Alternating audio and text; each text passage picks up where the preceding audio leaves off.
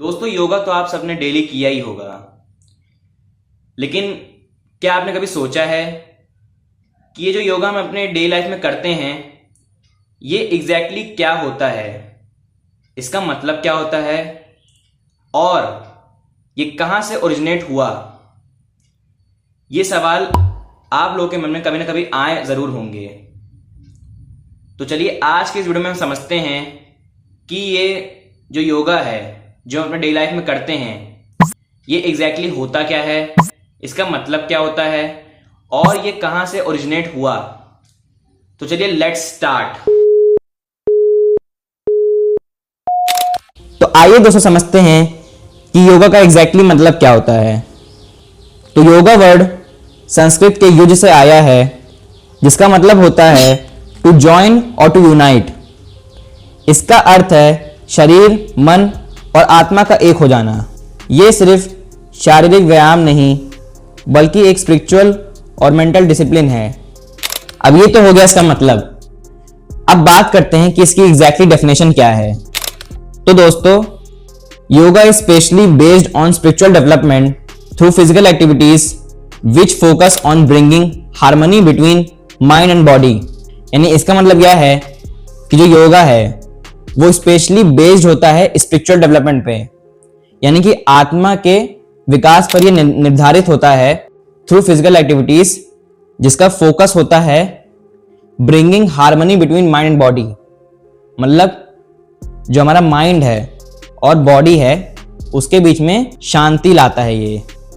अब उम्मीद है आपको मीनिंग और डेफिनेशन दोनों क्लियर होगी। अब हम आगे बढ़ते हैं और बात करते हैं इसके ओरिजिन की। तो योगा का उल्लेख सबसे पहले ऋग्वेदा में मिलता है और बाद में इसको फर्दर इलैबोरेट किया गया उपनिषद और भागवत गीता जैसे ग्रंथों में।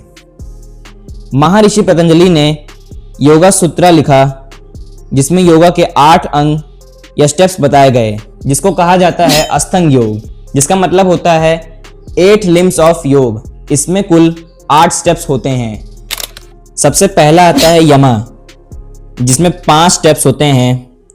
अहिंसा नॉन वायलेंस, सत्य ट्रुथ, अस्त्य नॉन स्टीलिंग, ब्रह्मचर्य कैलिब्रेसी एंड अपरिग्रह नॉन पॉजिटिवनेस। दूसरा आता है नियमा जिसमें शौच प्योरिटी, संतोष कॉन्टेंटमेंट, टैब डिसिप्लिन, स्वाध्याय सेल्फ स्टडी एंड ईश्वर प्राणिधन यानी सरेंडर टू गॉड। तीसरा आता है आसन जिसमें हम कुछ फिजिकल पोस्चर्स का यूज करते हैं to keep the body healthy and steady. चौथा आता है प्राणायाम जिसमें हम सांस के ऊपर मेनली फोकस करते हैं, उसे कंट्रोल करते हैं और रेगुलेट करते हैं। पांचवा आता है प्रत्याहार जिसमें हम विड्रॉल करते हैं सेंसेस का फ्रॉम एक्सटर्नल ऑब्जेक्ट्स।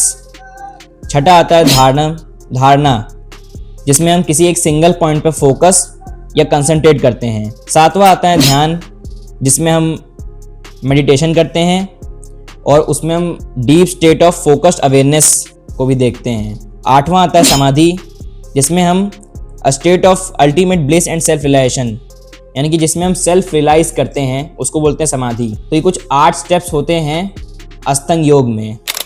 अब दोस्तों यहाँ पर एक बात है जिसे आपको समझनी चाहिए। आजकल लोग सिर्फ आसन करते हैं और इसे ही योगा समझ लेते हैं, लेकिन असली योगा में मेंटल फोकस, ब्रेथ कंट्रोल और इथिकल वैल्यूज भी होती हैं जैसे सत्य, अहिंसा और ध्यान, जो कि मैंने आपको अभी अभी अष्टांग योग में बताया।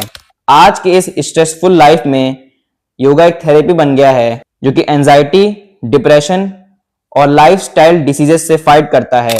इसलिए हर साल 21 जून को इंटरनेशनल योगा डे मनाया जाता है इन सब प्रॉब्लम से मुक्ति पाने के लिए।